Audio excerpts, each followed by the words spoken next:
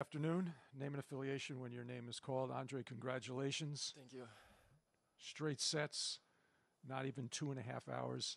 Assess your performance this afternoon. Um, yeah, I think today was everything going my side. Like when I need to play, to make a good serve, I was making good serve. Every time when I need him to miss, he was missing.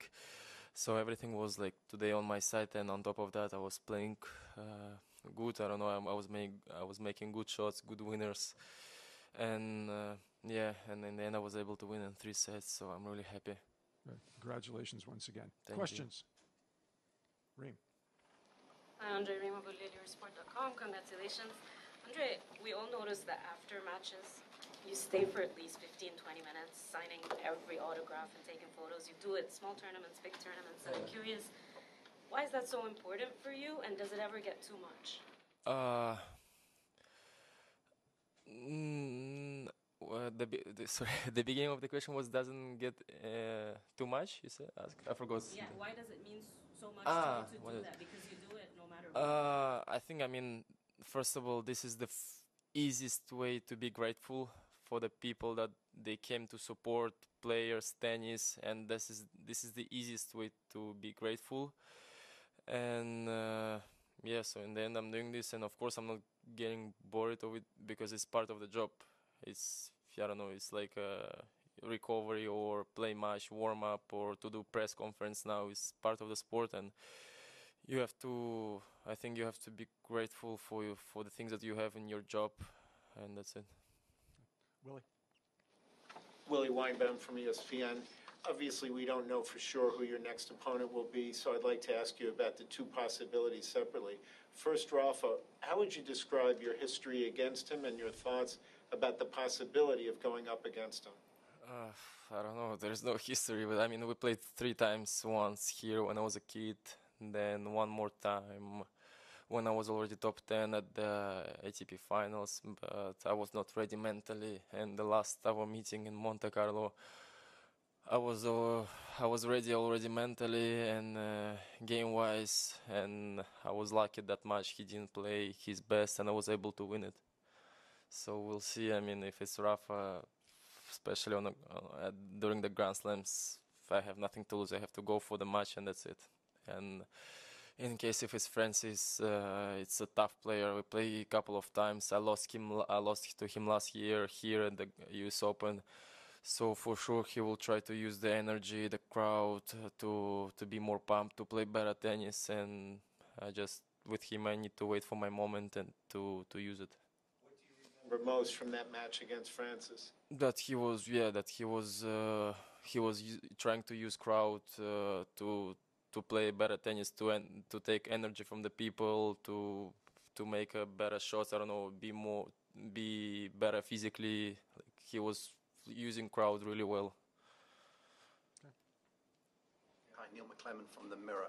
Just on today's match, were you surprised by Cam's level today? He didn't seem to show his usual consistency. And how much was that down to how well you played as well in your tactics? I think, like I said in the beginning, today was everything on my side. I played really good match, consistent match, plus Cameron.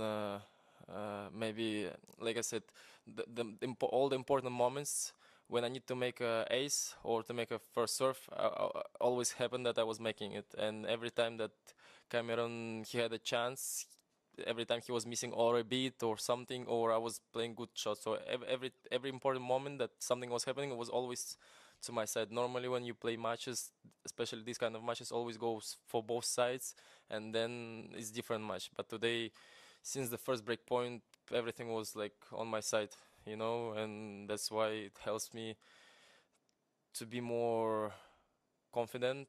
And probably for Cameron opposite, he was start to get more tight and tight and tight. And when you're losing 2 sets to 0, and you know that you're playing to be in quarters, it's also mentally tough. You start to be even more tight.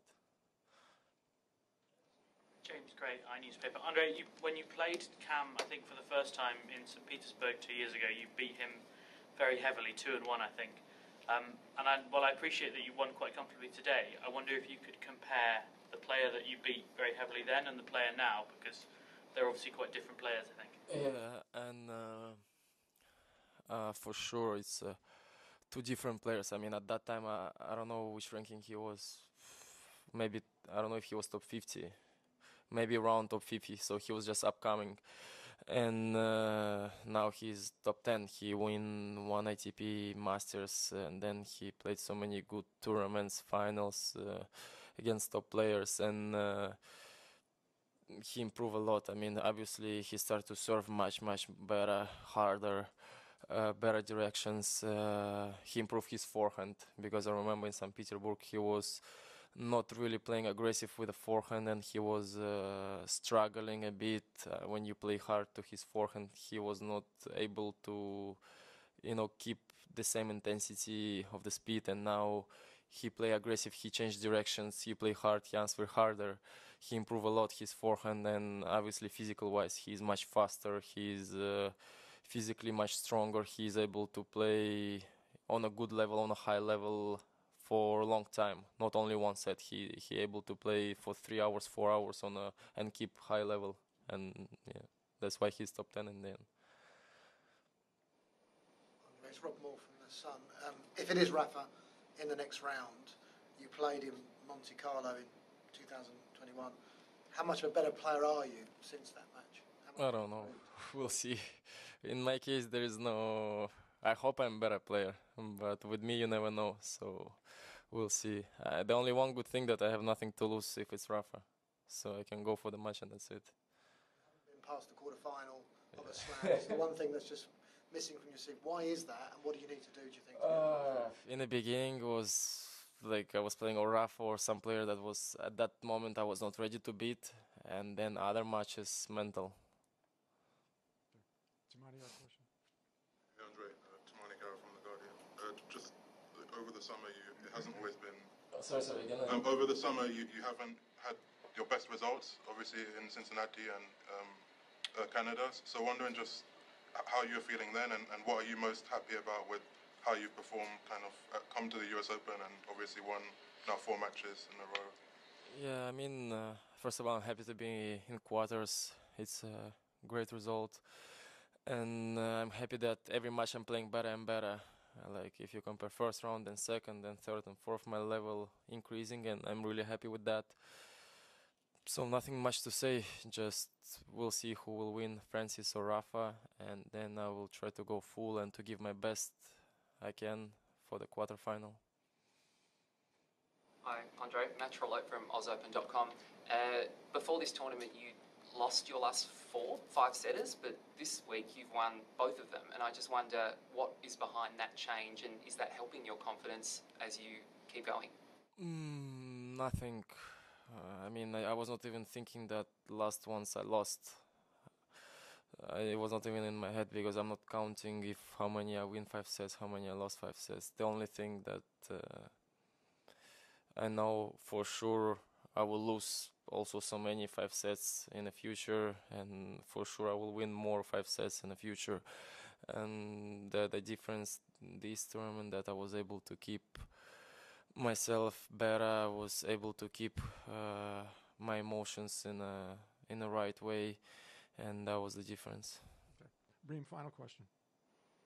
Andrey, after the US Open, either Rafa or Alcaraz or Ruud will be number 1 in the world.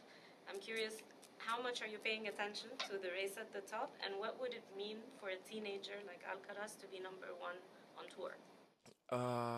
First of all, I'm not paying really attention because it's not me. So it's like less pressure. Like, okay, let them fight, let them feel this pressure. Better for me, because like this, all of them will get more tight. And I mean, for teenager like Charlie to be number 1, I think it's something unreal. Something that every player dreamed to achieve. And I think in his case, it's just a matter of time. Even if it's not gonna happen this tournament, he will still have many more chances later on. So it's not about only this US Open. Thank you, Andrey. Thank Thank you, you. everyone.